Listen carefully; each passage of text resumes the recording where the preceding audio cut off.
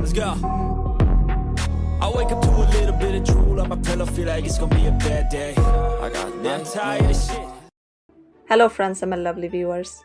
Welcome back to the channel. Today, we will check out the new Icy Frosty Cool Mage clan called Acuna. As always, we will go through each of the champions' appearances and skills. And additionally, I want to discuss their clan trait and which traits to put on them. Let's get started right away by checking out the male champion first. I'm happy to see something a little bit different. He honestly reminds me of a character or something I've seen in the past. I just cannot remember where I've seen something like this. Especially like the hairstyle, I guess.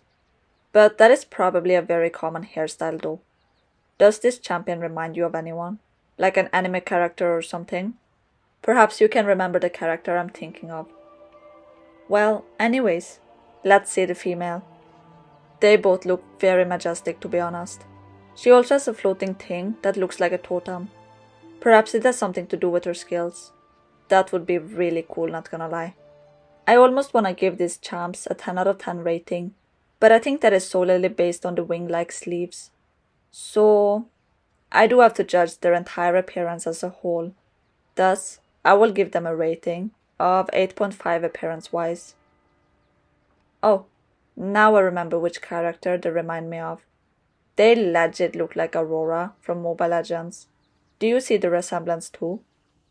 Anyways, before we move on to talk about their skills, let's see the clan trait of these champions. It is called Harsh Rhyme and says the following. When landing normal attacks on the enemy, there is a 10.3% chance to prevent them from recovering Constitution in the next 3 seconds. The target will become immune to the same effect in the next 7 seconds. This effect is not stackable. I was expecting something different, to be honest. It is nice having an anti-healing clan trait that basically debuffs the enemy targets by hindering the Constitution recovery. It sounds interesting, not gonna lie, but I don't know if it will be very practical or not.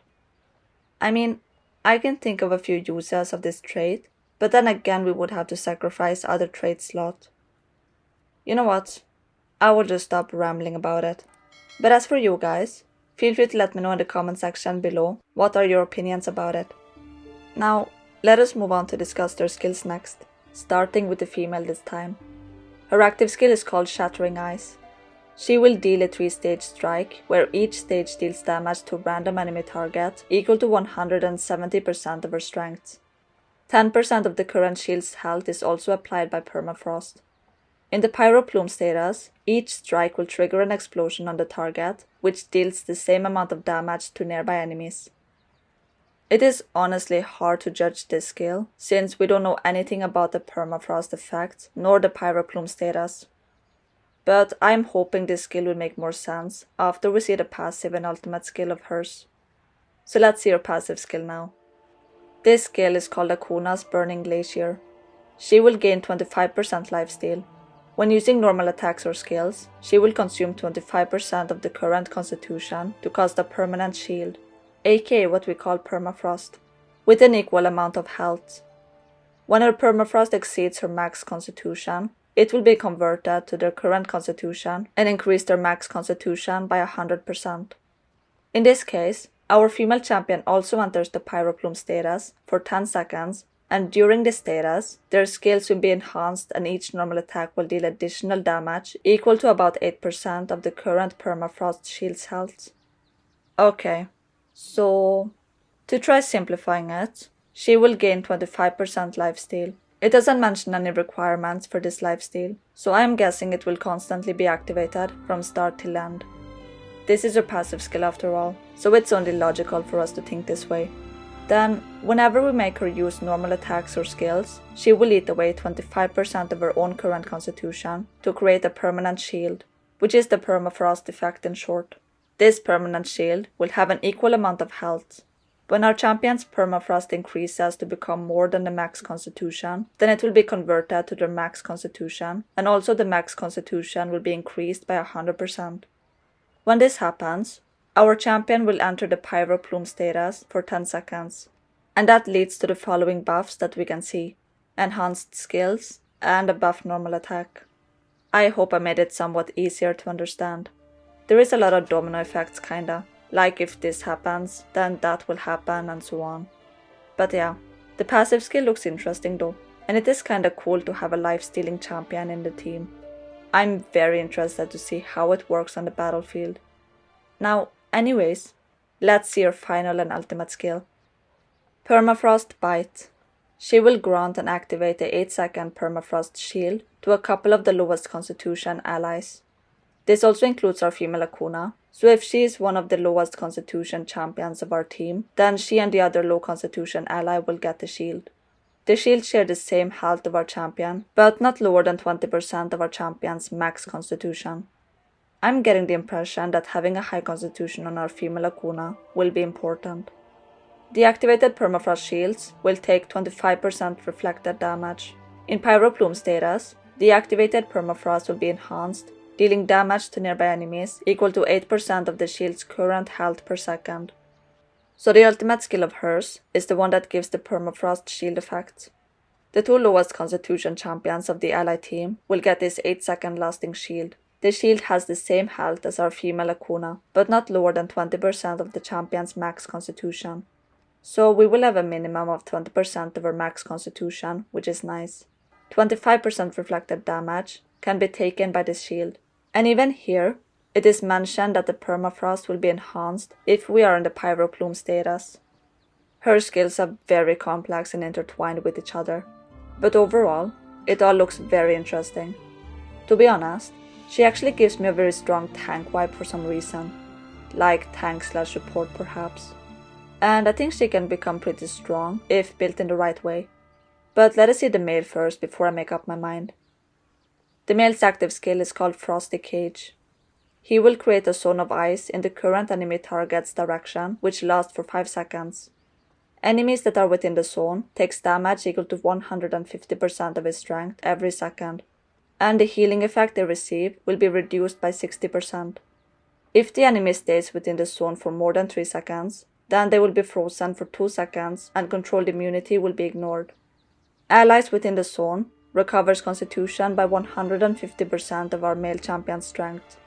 If the zone is created while the caster is in Ice Phoenix form, then the ally's chance to take critical hits is reduced by 30%. So to sum it up, he deals damage to the enemies that are within the ice zone and debuffs them in various ways. The allies will recover constitution if they are within the zone. Critical hits on ally champions will be reduced by 30% if the zone is created while our male champion is in something called Ice Phoenix form. Perhaps we will get to know more about this form of his in the next skills. It may be vital information, but so far, it looks decent. Nothing too crazy, complicated, or messed up. I do want to investigate the other skills as well though, before I say anything more. Let us move on to the passive skill of his. Acuna's Polar Blessing. Once per 9 seconds, he will cast Icy Ward upon the weakest ally champion, including the caster themselves, for 3 seconds. This reduces the protected ally's damage taken from ultimate attack by 35%, and recovers constitution by 5% of their max constitution per second. Icy Ward cannot be removed. If it is cast when the caster is in Ice Phoenix form, they recover a total of 150 energy. So the weakest ally champion will be protected and get the constitution recovered a little.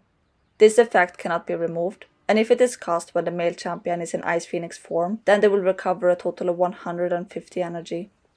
I don't know what I think about this passive skill, to be honest. Isn't 9 seconds a little bit too low? And it only lasts for 3 seconds. Like, it is just a passive skill though. Perhaps the real gem is found in his ultimate skill. Let's go there. Arctic Domain. Ah, okay.